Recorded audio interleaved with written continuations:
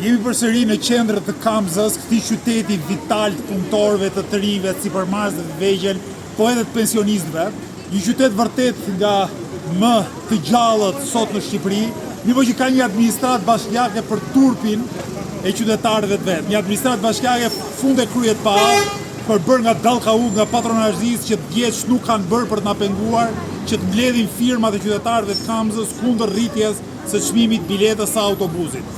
Dua t'ju kujtoj që Bashkia e Kamzës, Këshilli Bashkiak i Kamzës, me vetëm 2 vota kundra, ka votuar thuajse unanimisht për rritjen 25% biletës. Për njerëz të thjeshtë, për punëtorë që shkojnë punë, për studentët që vinë të studiojnë në Universitetet e Tiranës, për pensionistë, për gjithë njerëz të thjeshtë. Ky është skandal. Gjithsesi, unë jam shumë i kënaqur që qytetarët e Kamzës na kanë dhënë një mbështetje të jashtëzakonshme me firmë, me fjalë, me solidaritetin e tyre.